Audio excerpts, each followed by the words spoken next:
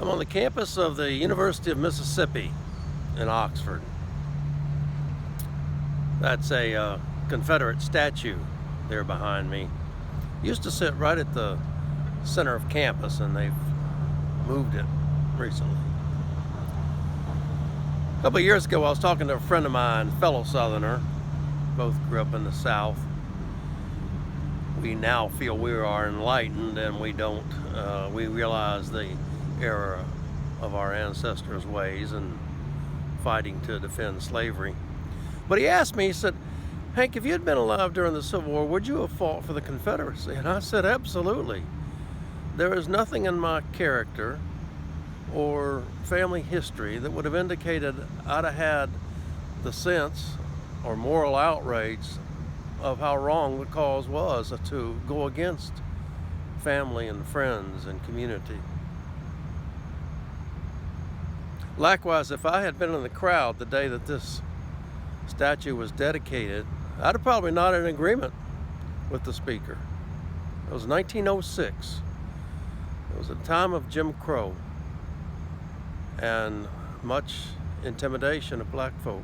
In that speech, the guy who gave the dedicatory address said the crowning glory of these soldiers was not what they did during the Civil War, but what they did afterwards to fight Reconstruction. And he went on to say, and I quote, "Their crowning glory was the fighting to preserve Anglo-Saxon civilization." So this was a statue to white supremacy, basically.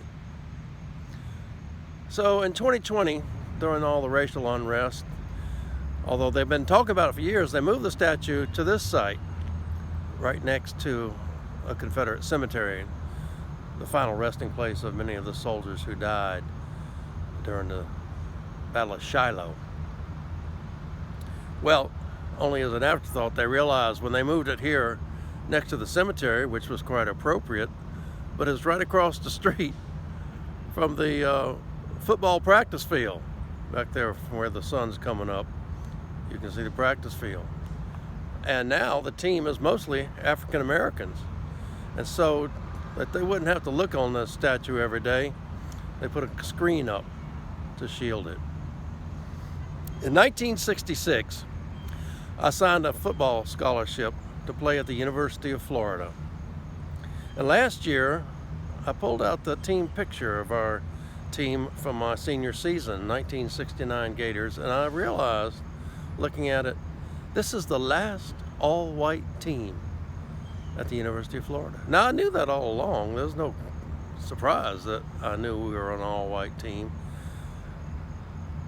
But it just struck me, I was such a beneficiary of white privilege. If I'd had to compete against black players to get a scholarship to the University of Florida, I am sure I would not have gotten a scholarship. I don't feel guilty about that.